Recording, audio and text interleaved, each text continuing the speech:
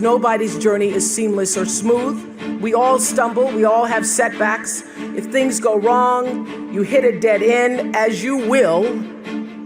It's just life's way of saying, time to change course. So ask every failure, this is what I do. Every failure, every crisis, every difficult time, I say, what is this here to teach me? And as soon as you get the lesson, you get to move on. If you really get the lesson, you pass and you don't have to repeat the class. If you don't get the lesson, it shows up wearing another pair of pants or skirt to give you some remedial work. And what I found is that difficulties come when you don't pay attention to life's whisper, because life always whispers to you first. And if you ignore the whisper, sooner or later you'll get a scream. Whatever you resist persists, but if you ask the right question, not why is this happening, but what is this here to teach me? What is this here to teach me? It puts you in the place and space to get the lesson you need. My friend Eckhart Tolle, who's written this wonderful book called A New Earth, it's all about letting the awareness of who you are stimulate everything that you do. He puts it like this. He says, don't react against a bad situation. Merge with that situation instead, and the solution will arise from the challenge. Because surrendering yourself doesn't mean giving up. It means acting with responsibility. Okay. Many of you know that, as President Hennessy said, I started this school in Africa. And I founded the school where I'm trying to give South African girls a shot at a future like yours, Stanford. And I spent 5 years making sure that school would be as beautiful as the students. I wanted every girl to feel her worth reflected in her surroundings. So I checked every blueprint, I picked every pillow, I was looking at the grout in between the bricks, I knew every thread count of the sheets, I chose every girl from the villages, from 9 provinces, and yet, last fall, I was faced with a crisis I'd never anticipated. I was told that one of the dorm matrons was suspected of sexual abuse. Well, that was, as you can imagine, devastating news. First I cried, actually I sobbed for about a half an hour, and then I said, let's get to it. That's all you get, is a half an hour. You need to focus on the now, what you need to do now. So I contacted a child trauma specialist, I put together a team of investigators, I made sure the girls had counseling and support, and Gail and I got on a plane and flew to South Africa. And the whole time I kept asking that question, what is this here to teach me? And as difficult as that experience has been, I got a lot of lessons. I understand now the mistakes I made because I had been paying attention to all of the wrong things. I built that school from the outside in, when what really mattered was the inside out. So it's a lesson that applies to all of our lives as a whole. What matters most is what's inside. What matters most is the sense of integrity, of quality, and beauty. I got that lesson. And what I know is that the girls came away with something too. They've emerged from this more resilient and knowing that their voices have power. For other people's children, what they were not able to do for their own boy. The lesson here is clear, and that is if you're hurting, you need to help somebody else ease their hurt. If you're in pain, help somebody else's pain. And when you're in a mess, you get yourself out of the mess, helping somebody out of theirs. And in the process, you get to become a member of what I call the greatest fellowship of all, the sorority of compassion and the fraternity of service. The Stanfords had suffered the worst thing any mom and dad can ever endure, yet they understood that helping others is the way we help ourselves. And this wisdom is increasingly supported by scientific and sociological research. It's no longer just woo-woo soft skills talk. There's actually a helper's high, a spiritual surge you gain from serving others. So if you want to feel good, you have to go out and do some good. But when you do good, I hope you strive for more than just the good feeling that service provides, because I know this for sure, that doing good actually makes you better.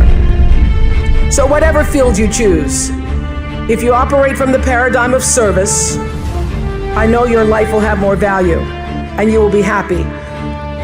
I was always happy doing my talk show, but that happiness reached a depth of fulfillment, of joy that I really can't describe to you or measure when I stopped just being on TV and looking at TV as a job and decided to use television, to use it and not have it use me, to use it as a platform to serve my viewers.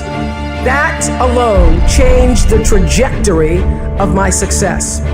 So I know this, that whether you're an actor, you offer your talent in the way that most inspires art. If you're an anatomist, you look at your gift as knowledge and service to healing. Having compassion for other people is at the top of that list. I would say commitment is at the top of that list, and also a spirit of constructive engagement. And by compassion, I don't just mean sympathy. It certainly isn't pity. It's being present, and it's also feeling with other beings.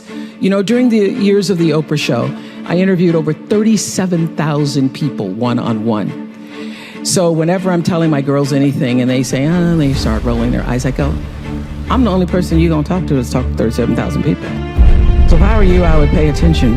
But during all those years of talking to over 37,000 people one-on-one, I could feel what they were feeling so strongly. Sometimes it made me sick, literally.